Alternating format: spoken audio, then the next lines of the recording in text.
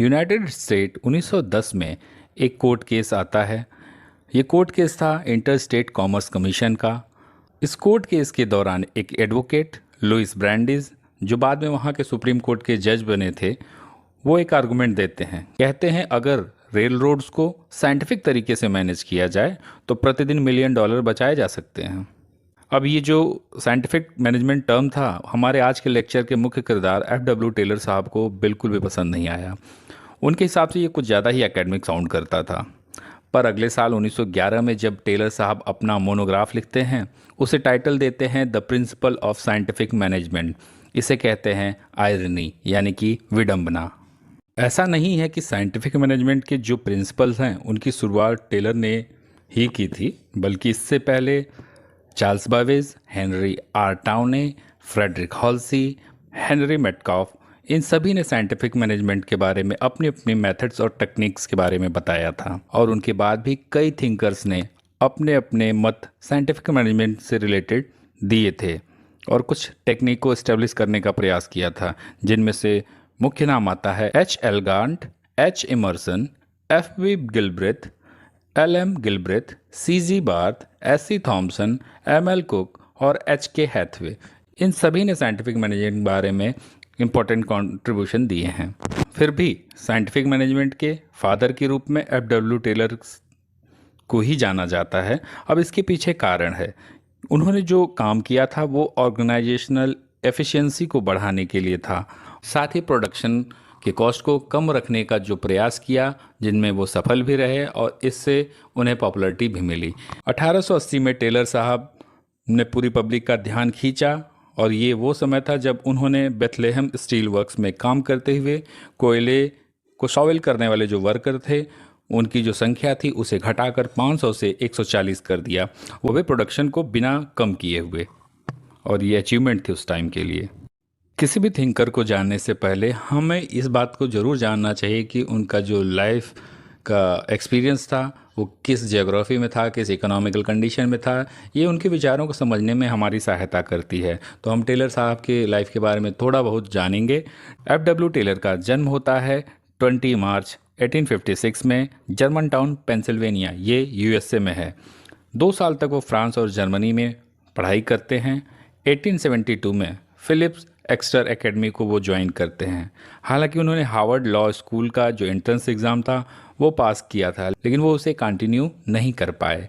इनकी आईसाइट में कुछ इम्पेयरनेस थी, इसके कारण ऐसा हुआ। अब ये आईसाइट में जो इनकी इम्पेयरनेस थी, ये केरोसिन की जो उस समय में लाइटें होती थी, लैंप हुआ करते थे, उसके उजाले में पढ़ने के कारण ऐसा हुआ था इनके साथ। 1873 में ये जब 18 साल की एज पे आते हैं तो ये हाइड्रोलिक वर्क एंटरप्राइज में अप्रेंटिस के लिए काम करते हैं और 4 सालों तक वो भी बिना किसी वेज के वहाँ अप्रेंटिस में ये काम करते हैं। 1878 से मिडवेले स्टील कंपनी में ये एज ए लेबरर काम करना शुरू करते हैं और अपनी प्रतिभा के दम पे प्रमोट होकर पहले तो गैंग बॉस बनते हैं, फिर फॉरमैन बनते हैं, फिर रिसर्च डायरेक्टर, फिर फाइनली 1884 में वो चीफ इंजीनियर के पद तक आते हैं।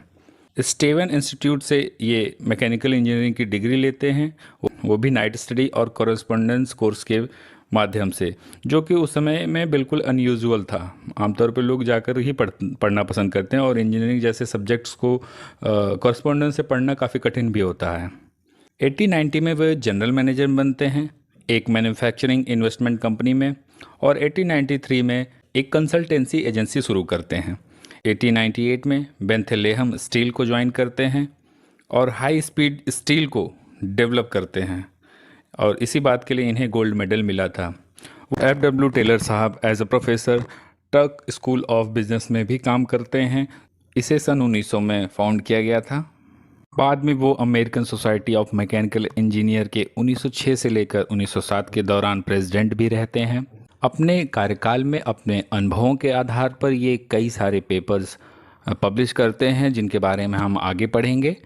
साइंटिफिक मैनेजमेंट के डेवलपमेंट की बात करें तो 19th सेंचुरी के लेटर पार्ट में, यानी कि उत्तरार्ध में, एक नए तरीके का इंडस्ट्रियल क्लाइमेट अमेरिकन बिजनेस में देखने को मिलता है, जो मैनेजेरियल क्लास के ग्रो करने का एक अच्छा अवसर था। ज़रूरत थी मैनेजमेंट की जो अप्रोच थी डे टू डे के प्रॉब्लम सॉल्विंग की, उसे बदलकर ज़्यादा इंक्लूसिव कॉम्प्रहेंसिव और लॉन्ग टर्म अप्रोच को अपनाने की, ताकि जो नए नए चैलेंजेस आ रहे थे उनका सामना किया जा सके। ऐसा ही एक प्रयास हेनरी आर टाउने और हेनरी मेटकॉफ द्वारा किया गया, एक यूनिफाइड सिस्टम ऑफ मैनेजमेंट को डेवलप करके, जिसे हेनरी आर टाउने ने मैनेजमेंट के लिए एक नया साइंटिफिक फिलॉसफी बताई, यानी कि वैज्ञानिक दर्शन। 1886 में हेनरी आर टाउने ने एक पेपर जिसका नाम था the engineer as an economist को American Society of Mechanical Engineering में प्रेजेंट किया, और इसी साल एफ.डब्ल्यू. टेलर साहब भी American Society of Mechanical Engineering को ज्वाइन करते हैं, और वो टाउने के जो आइडिया थे उससे काफ़ी इंस्पायर हुए और टेलर ने अपना एफर्ट लगाना शुरू किया सभी पहलुओं पर, ताकि एक मजबूत साइंटिफिक मैनेजमेंट को डेवलप किया जा सके। और इस क्रम में वे कई पेपर प्रेजेंट करते हैं जो कुछ इस प्रकार हैं: ए पीस रेट सिस्टम 1895 में, शॉप मैनेजमेंट 1903 में, the art of cutting metal 1906 में, और the principle of scientific management in 1911 में।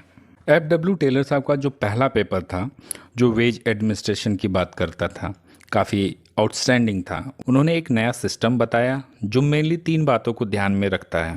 पहला कहता है कि काम को टाइम स्टडी के द्वारा ऑब्जर्वेशन करके, एनालाइज करके एक स्टैंडर्ड को सेट करना चाहिए। और टाइम स्टडी को सिंपली समझते हैं तो आप किसी भी काम को करते समय स्टॉप वॉच से टाइम नोट करिए और कई बार बार करके जो डाटा मिले उससे एवरेज टाइम को निकाल लीजिए। जो टाइम स्टडी का एक मेथड है वो मेनली 4 बातों पर डिपेंड करता है। पहला है वॉल्यूम ऑफ टास्क, दूसरा frequency of task, cycle time of operation and time measurement cost. Time study को समझने के लिए आप एनसीईआरटी में दिए जो एग्जाम्पल हैं उसको देख सकते हैं। मैं उसी को बताता हूँ। मान लीजिए कई बार ऑब्जर्वेशन के बाद आपने ये पाया कि एक वर्कर को एक कार्डबोर्ड का जो बॉक्स है उसको बनाने में 20 मिनट लगते हैं, तो इस हिसाब से वो 1 घंटे में 3 बॉक्स बना लेगा। और अगर वर्कर 8 घंटे की ड्यूटी करता है तो 1 घंटा तो आप लंच, रेस्ट इन सब का छोड़ दें तो 7 घंटे ही वर्कर काम करेगा। तो अगर हम 7 घंटे के हिसाब से देखें तो 1 घंटे में 3 बन रहे थे, तो टोटल 7 × 3 हो गया, और यहाँ 21 बॉक्सेस अब बन सकते हैं। आप इसे एक स्टैंडर्ड मान सकते हैं कि एक कोई भी वर्कर होगा वो एटलीस्ट 21 बॉक्सेस, कार्डबोर्ड बॉक्सेस, तो वो 7 घंटे में बना देगा। वेज को डिसाइड करने के लिए टेलर साहब ने बताया कि differential rate system of peace work apply करना चाहिए। पिछले एग्जांपल से समझते हैं, जैसे कि एक स्टैंडर्ड आउटपुट सेट हो गया, एक स्टैंडर्ड सेट हुआ पिछले एग्जांपल में था 21 कार्डबोर्ड बॉक्सेस एक वर्कर बना लेगा 7 घंटे में। तो अब अगर वर्कर 21 कार्डबोर्ड बनाता है या उससे ज़्यादा बनाता है तो मान लीजिए पर कार्डबोर्ड बॉक्सेस उसको 50 रुपये पे किए जाएंगे, ठीक है। तो ऐसे में वर्कर को कितना मिलेगा? 21 बॉक्सेस वो बनाया है, अगर उसको 50 से आप मल्टीप्लाई करते हैं तो आपको मिलेगा 1050 रुपये। वहीं अगर कोई वर्कर स्टैंडर्ड के नीचे प्रोडक्शन करता है, यानी 21 कार्डबोर्ड बॉक्सेस नहीं बना पाता है, उससे कम बनाता है, तो उसे पर यूनिट जो कार्डबोर्ड बॉक्सेस का है उसे 35 रुपये पे किए जाएँ।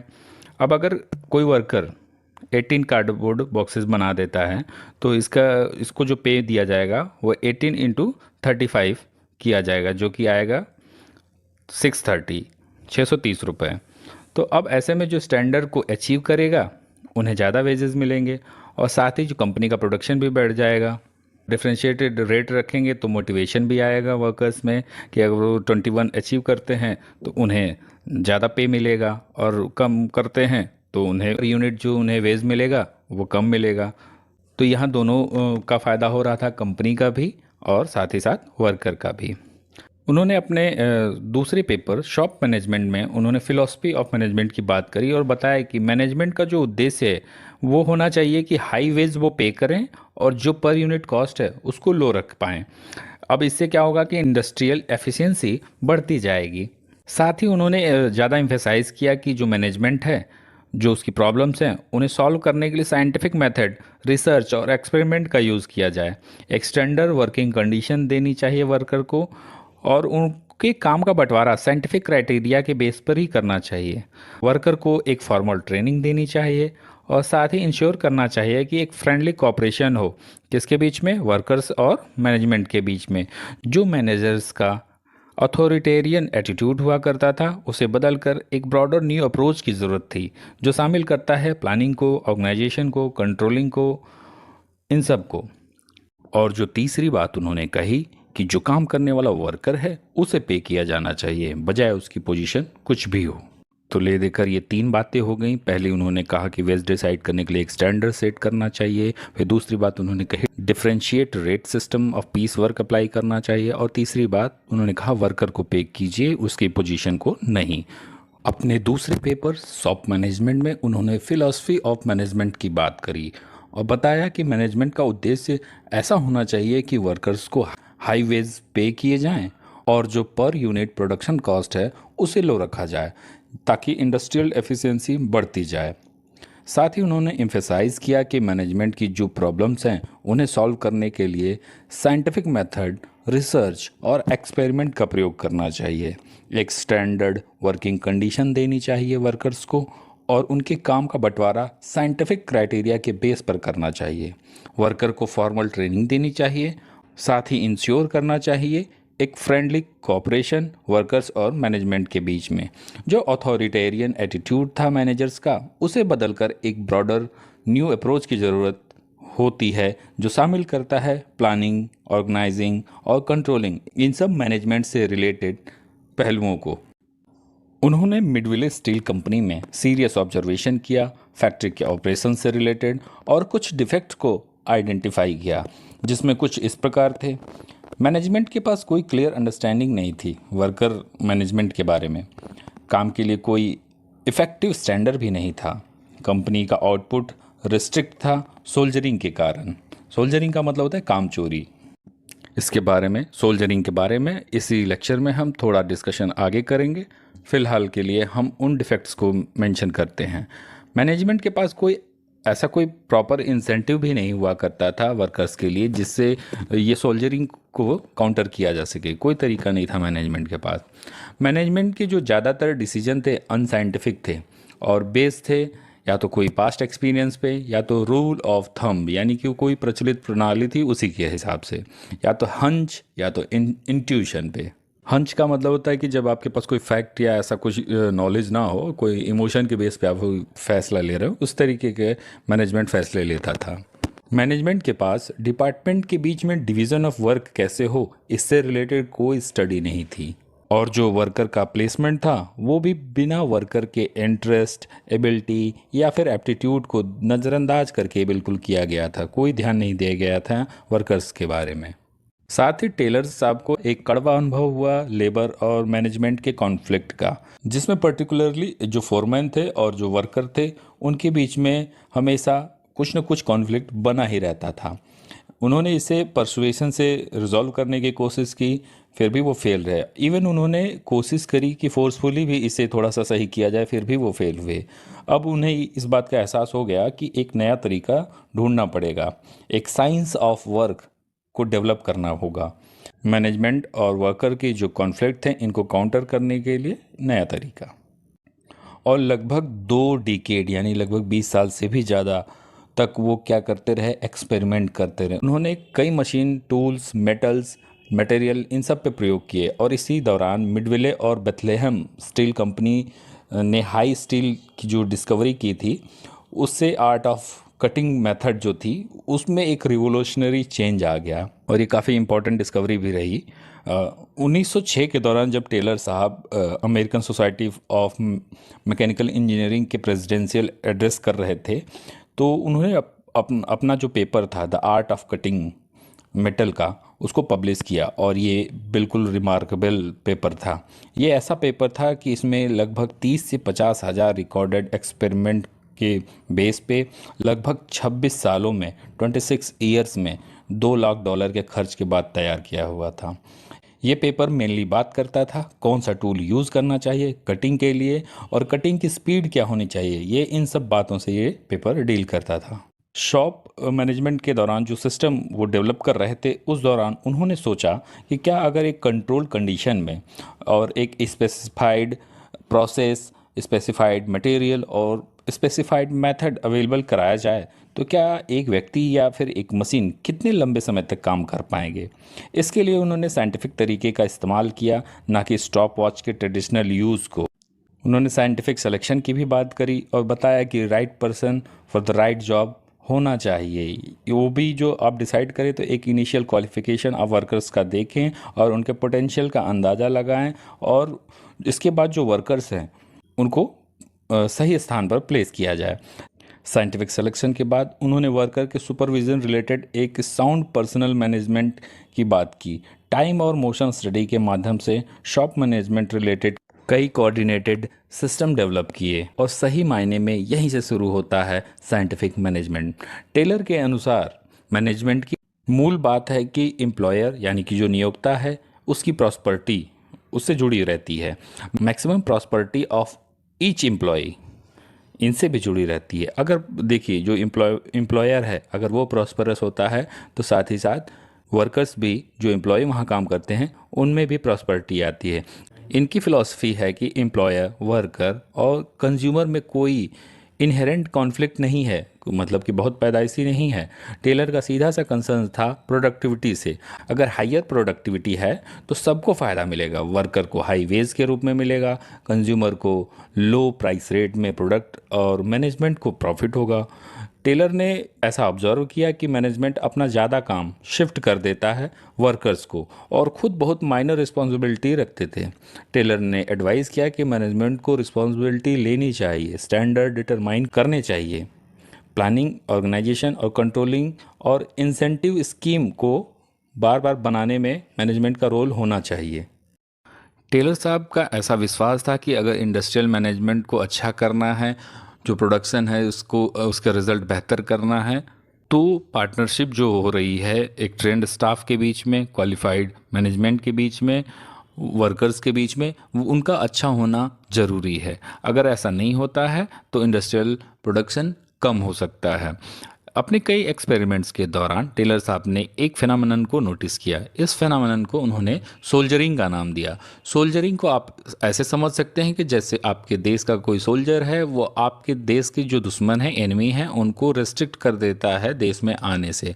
लेकिन यहाँ पे जो वर्कर्स थे वो रिस्ट्रिक्ट कर देते थे कंपनी के प्रोडक्शंस को, इसीलिए इसका नाम उन्होंने सोल्जरिंग दिया। हिंदी में इसे आमतौर पे आप कामचोरी कह सकते हैं। इसे टेलर साहब ने दो कैटेगरी में बांट दिया।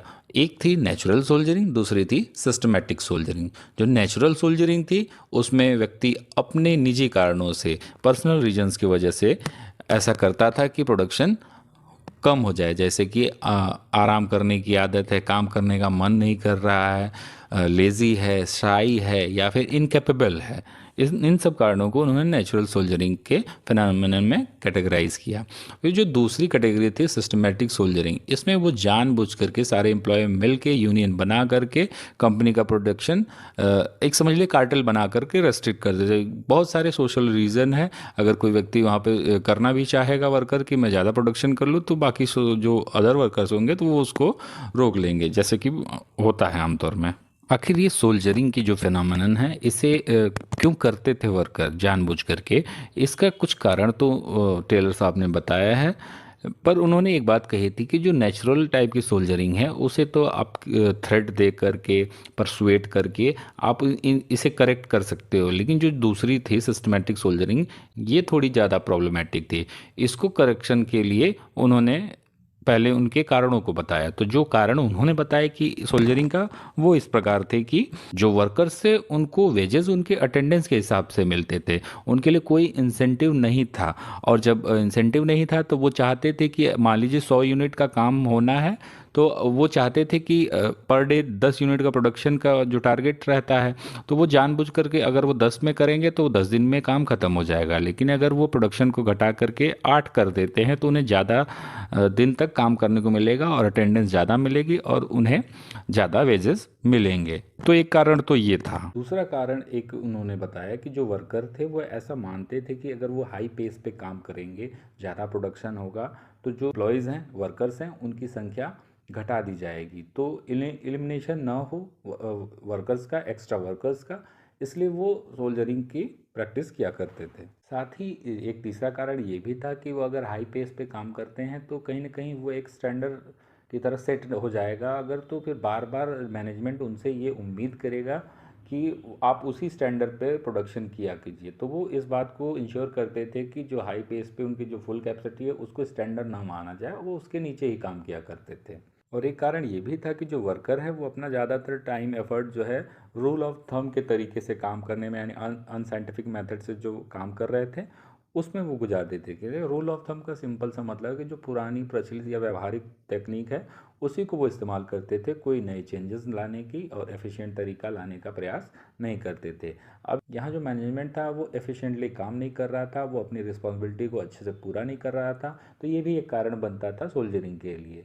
ऐसे में अगर मैनेजमेंट सीरियसली अपने काम को न ले, जो प्लानिंग डायरेक्शन ऑर्गेनाइजिंग का है उसे सीरियसली ना ले, तो कहीं ना कहीं सोल्जरिंग जैसी समस्या आ सकती है। अब देखिए यहाँ पे टेलर साहब ने जो प्रॉब्लम थी उसको आइडेंटिफाई कर लिया। प्रॉब्लम क्या थी? सोल्जरिंग की। अब इनके पीछे के जो कारण थे उनको भी टेलर साहब ने आइडेंटिफाई कर लिया कि क्या कारण थे जिनके कारण इन्हें सोल्जरिंग होती थी। अब ज़रूरत पड़ी उन्हें इसके इसके सुधार में क्या कर सकते हैं, तो उन्होंने प्रिंसिपल ऑफ साइंटिफिक मैनेजमेंट को इसका एक उपाय बताया। अब प्रिंसिपल ऑफ साइंटिफिक मैनेजमेंट को डेवलप करते हुए उन्होंने 3 एजम्पशन लिए, 3 कल्पनाएं करी, परिकल्पनाएं करी, जो भी आप समझे इसे, और उनके बेस पे उन्होंने 3 बातें बताई। कहा कि जो फंक्शन है, जो फंक्शनिंग है किसी ऑर्गेनाइजेशन की या इंडस्ट्री की, वो साइंटिफिक मेथड को अप्लाई करने से इम्प्रूव हो सकती है। ये उनका पहला एजम्पशन था। फिर जो दूसरा उनका एजम्पशन था कि जो एक अच्छा वर्कर होता है वो काम को शुरू करने वाला नहीं होता है, बल्कि अच्छा वर्कर वो होता है जो मैनेजमेंट के जो ऑर्डर्स हैं उनको वो एक्सेप्ट करे, उन्हें वो फॉलो करे। इट मीन्स कि वो पॉलिसी ना बनाए बल्कि पॉलिसी को इम्प्लीमेंट करने का वो कोशिश करे। ठीक है। तीसरा एजम्पशन उन्होंने दिया, उन्होंने कहा कि जो सभी वर्कर्स हैं वो एक इकोनॉमिक मैन है, यानी कि मोटिवेट भी होते हैं तो वो मॉनेटरी फैक्टर से, यानी अगर आप उन्हें ज़्यादा पैसे, ज़्यादा वेजेस देंगे तो वो ज़्यादा प्रोडक्शन करके आपको देंगे। ऐसा एजम्पशन लेकर के टेलर साहब ने प्रिंसिपल ऑफ साइंटिफिक मैनेजमेंट को एक्सप्लेन किया। तो अब हम यहाँ से शुरू करते हैं कि उन्होंने क्या क्या डेवलपमेंट करी साइंटिफिक मैनेजमेंट से related. Principal of scientific management के पहले भाग में टेलर साहब ट्रू साइंस ऑफ वर्क को डेवलप करने की बात करते हैं। इसमें वो स्टैंडर्डाइजेशन ऑफ वर्क मेथड, यानी आप इसे मेथड स्टडी भी कह सकते हैं। इसमें वे बताते हैं कि मैनेजमेंट को चाहिए कि वो अपने ऑर्गेनाइजेशन के गोल्स को, यानी उद्देश्यों को, जॉब्स को, रिस्पॉन्सिबिलिटीज़ को अच्छे से डिफ़ाइन कर ले। और जब एक बार वो इनको डिफ़ाइन कर ले तो अब इन पे एनालिसिस होनी चाहिए, एक साइंटिफिक स्टडी होनी चाहिए, और इन सभी स्टडी और साइंटिफिक तरीक़ों से काम करने का एक बेस्ट तरीका निकाला जा सकता है जो कि सबसे बेस्ट होगा उस समय के लिए। तो जब एक बेस्ट तरीका निकल आएगा तो वर्कर्स वो आराम से फॉलो करेंगे, और जो अननेसेसरी मैनेजमेंट की क्रिटिसिज्म होती है वर्कर्स के बारे में वो उससे बच जाएंगे। और साथ ही जो ऑर्गेनाइजेशन है, कंपनी है, उसका प्रोडक्शन भी बढ़ेगा। इस तरीके से ये वर्कर्स और मैनेजमेंट दोनों के हित में है और इससे उनके बीच में कॉपरेशन भी बढ़ेगा। और जो दूसरा प्रिंसिपल है साइंटिफिक मैनेजमेंट का जो टेलर साहब ने दिया, इसमें वो बात करते हैं वर्कर्स के साइंटिफिक सिलेक्शन की, उनकी ट्रेनिंग की और डेवलपमेंट की। ये principle right man for the right job के कॉन्सेप्ट पे बेस है। टेलर साहब मानते हैं कि जो वर्कर्स का सिलेक्शन है वो सिस्टमेटिक होना चाहिए और साइंटिफिक तरीके से होना चाहिए, और साथ ही उनकी प्रॉपर ट्रेनिंग होनी चाहिए।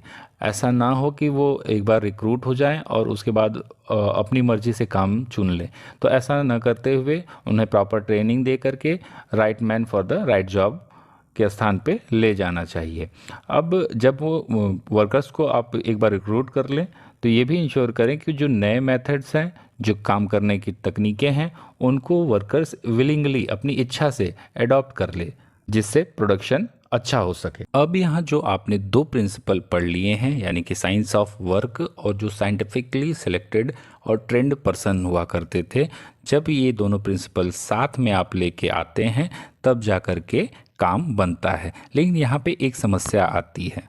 टेलर साहब ऐसा मानते हैं कि जो वर्कर होता है वो हमेशा से एक इच्छा रखता है कि वो मैनेजमेंट के साथ कोऑपरेट करे, लेकिन सबसे ज़्यादा अपोजिशन मैनेजमेंट की तरफ से आती है।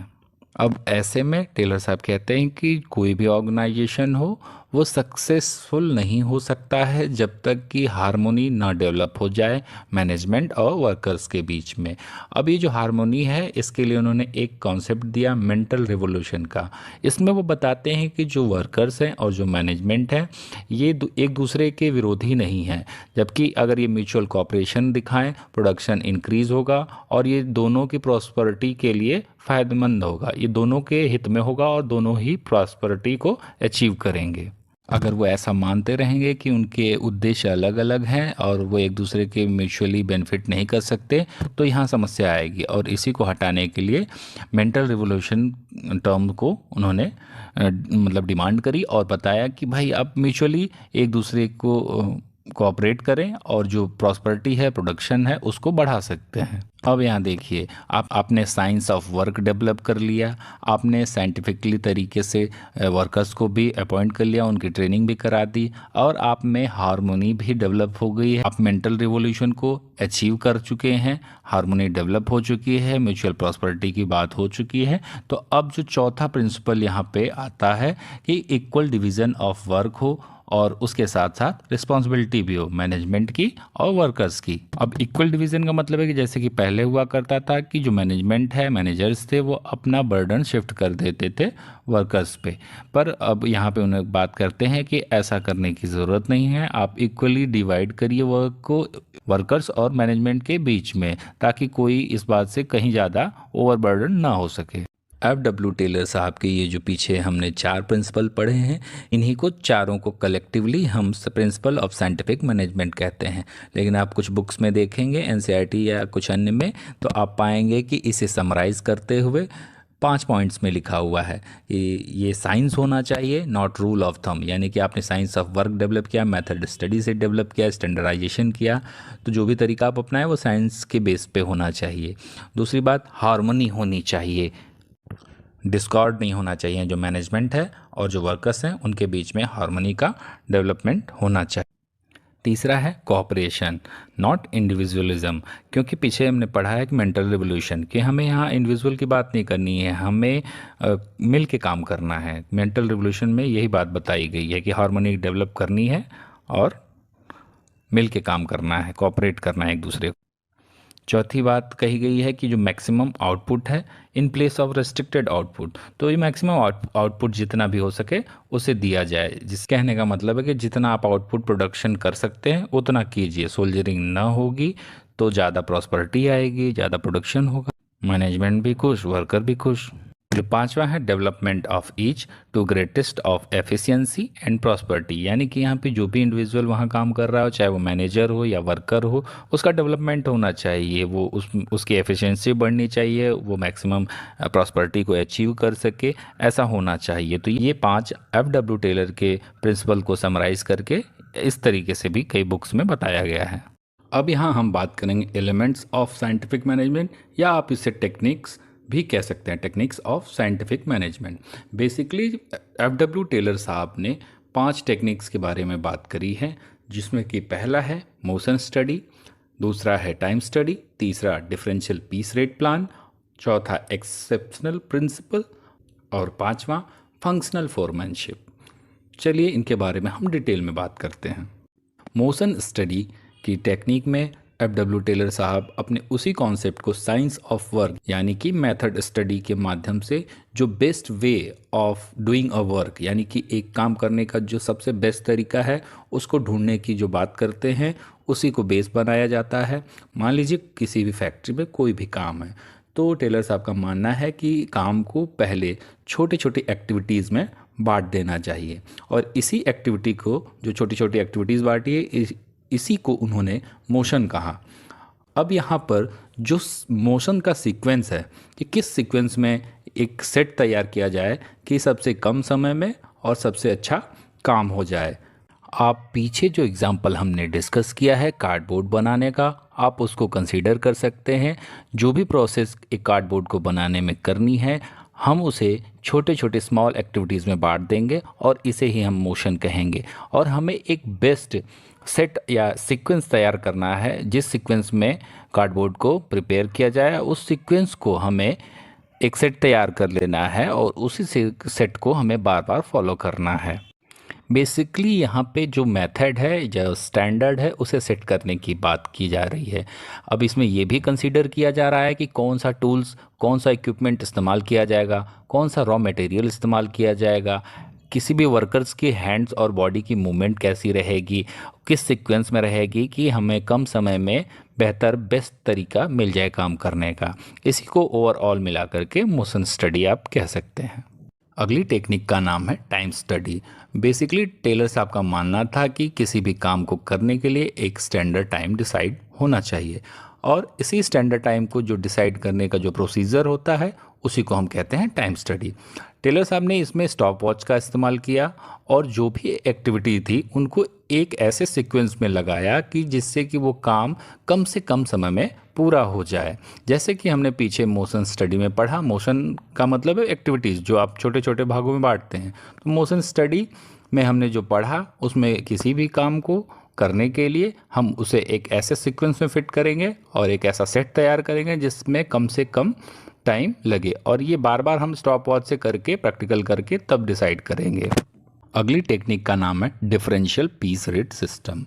बेसिकली टेलर साहब यहाँ कहते हैं कि जो पेमेंट वर्कर को दिया जाना है वो एक स्टैंडर्ड के बेस पे दिया जाना चाहिए। ये स्टैंडर्ड जो मोशन स्टडी और टाइम स्टडी के द्वारा सेट किया हुआ होना चाहिए। और ये जो डिफरेंशियल पीस रेट सिस्टम है, ये सिस्टमेटिक सोल्जरिंग की जो प्रॉब्लम थी ऑर्गेनाइजेशन में उसको दूर करने के लिए किया गया। सोल्जरिंग क्या होती है कि जब वर्कर रिस्ट्रिक्ट करता है प्रोडक्शन को, जानबूझकर डेलिबरेटली करता है, तो इसे हम सोल्जरिंग कहते हैं। अब यहाँ वो बात करते हैं कि जो पेमेंट है अब बिल्कुल परफॉर्मेंस के आधार पे दीजिए, वर्कर को अटेंडेंस के बेस पे मत दीजिए। परफॉर्मेंस के बेसिस पे जो वेजेस को डिस्ट्रीब्यूट करने के लिए टेलर साहब ने 3 सिस्टम डेवलप किए।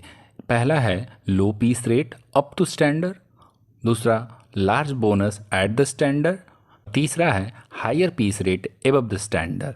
इसे हम पिछले वाले एग्जाम्पल से ही समझते हैं।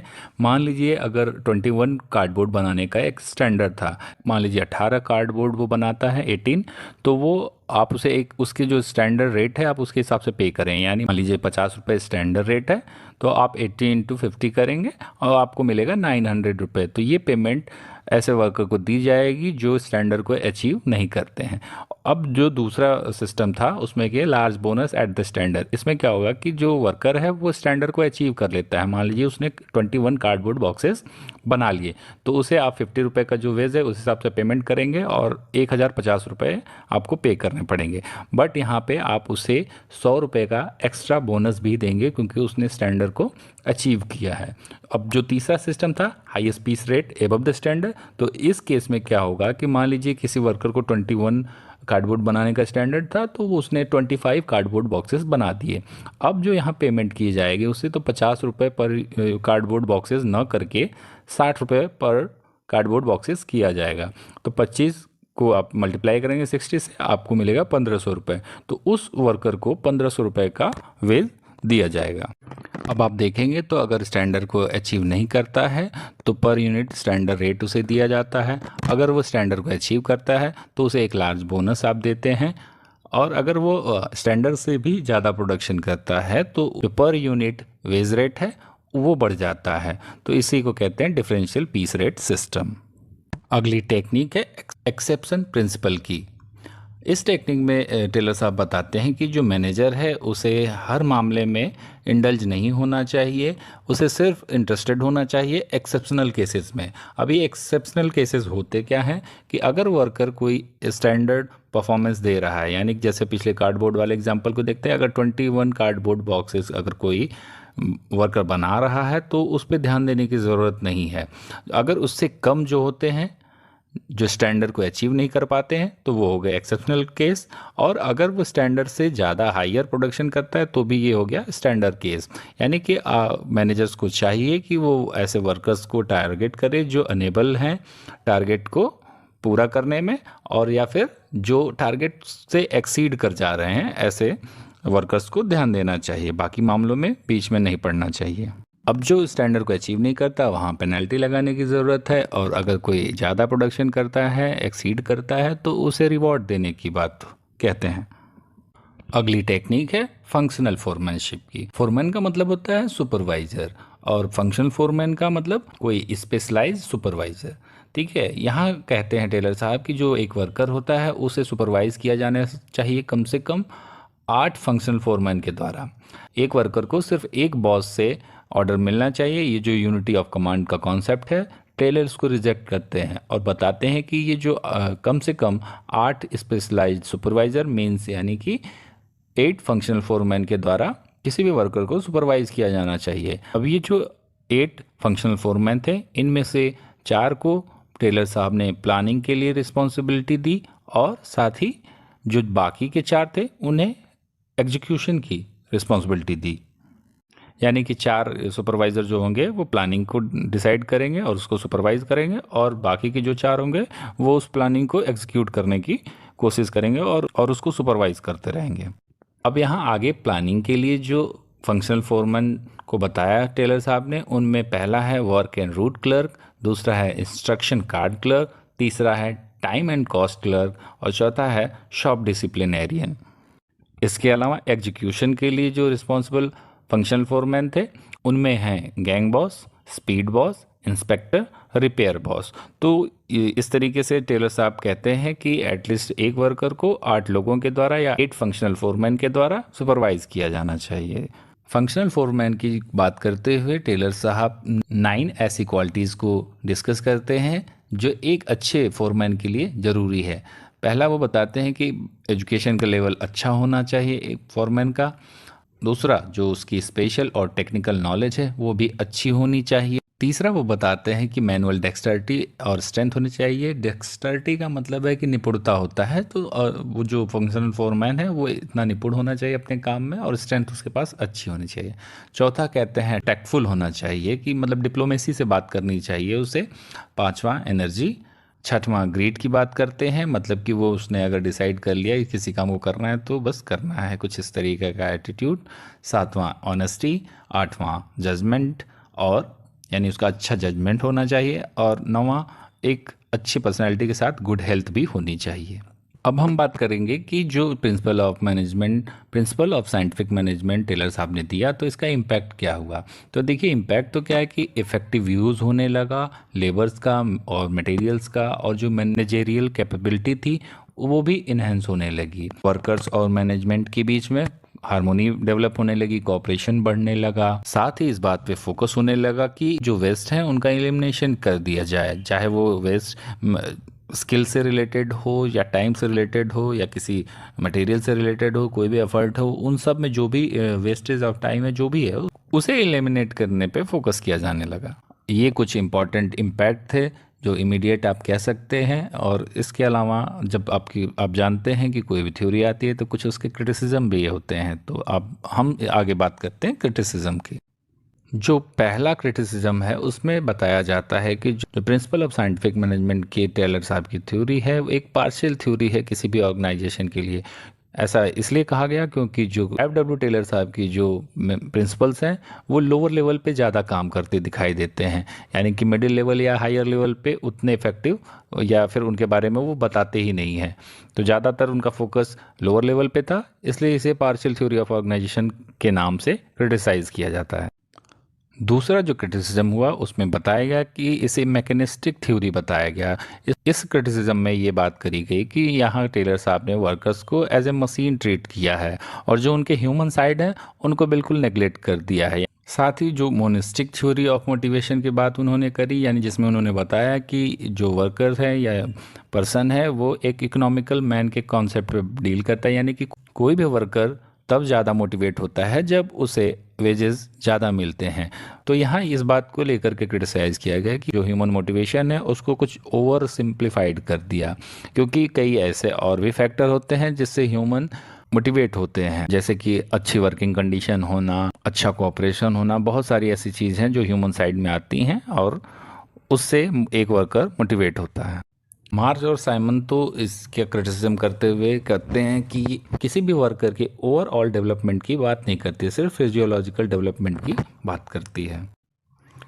और जो मेंटल रिवॉल्यूशन का कॉन्सेप्ट था, उसको लेबर यूनियंस ने कहा कि ये तो एंटी ट्रेड यूनियन है, क्योंकि रिवॉल्यूशन में था कि मैनेजमेंट और वर्कर के बीच में हार्मनी हो जाएगी, कोऑपरेशन होगा। अब जब हार्मनी हो जाएगी, कोऑपरेशन होगा, तो फिर वहाँ ट्रेड यूनियन का कोई काम नहीं होगा, और ऐसे में जो कलेक्टिव बार्गेनिंग का कॉन्सेप्ट है वो डाइल्यूट होता है। तो सबसे ज़्यादा विरोध ट्रेड यूनियंस ने किया था साइंटिफिक मैनेजमेंट के प्रिंसिपल का। अगला जो क्रिटिसिज्म में सबसे ज़्यादा क्रिटिसाइज तो मैनेजर्स ने किया, क्योंकि यहाँ मैनेजर्स की रिस्पॉन्सिबिलिटी और जो काम है उन्हें टेलर साहब बढ़ा रहे थे। क्योंकि पीछे उन्होंने जब ये जांच करी थी तो ये पाया था कि जो मैनेजर्स हैं वो अपना काम, अपना बर्डन शिफ्ट कर देते थे वर्कर्स पे, और रिस्पॉन्सिबिलिटी नहीं लेते थे प्लानिंग, ऑर्गेनाइजेशन और डायरेक्शन की। टेलर साहब को मैनेजर्स के द्वारा यहाँ भी क्रिटिसिज्म झेलना पड़ा। तो ये था ओवरऑल, हमने एफ.डब्ल्यू. टेलर साहब के साइंटिफिक मैनेजमेंट के प्रिंसिपल के बारे में डिस्कशन किया। काफ़ी डिटेल में हमने चर्चा करी है। होप ये लेक्चर आपको अच्छा लग गया हो। अगर अच्छा लगे तो आप लाइक कीजिए, शेयर कीजिए। Thank you very much.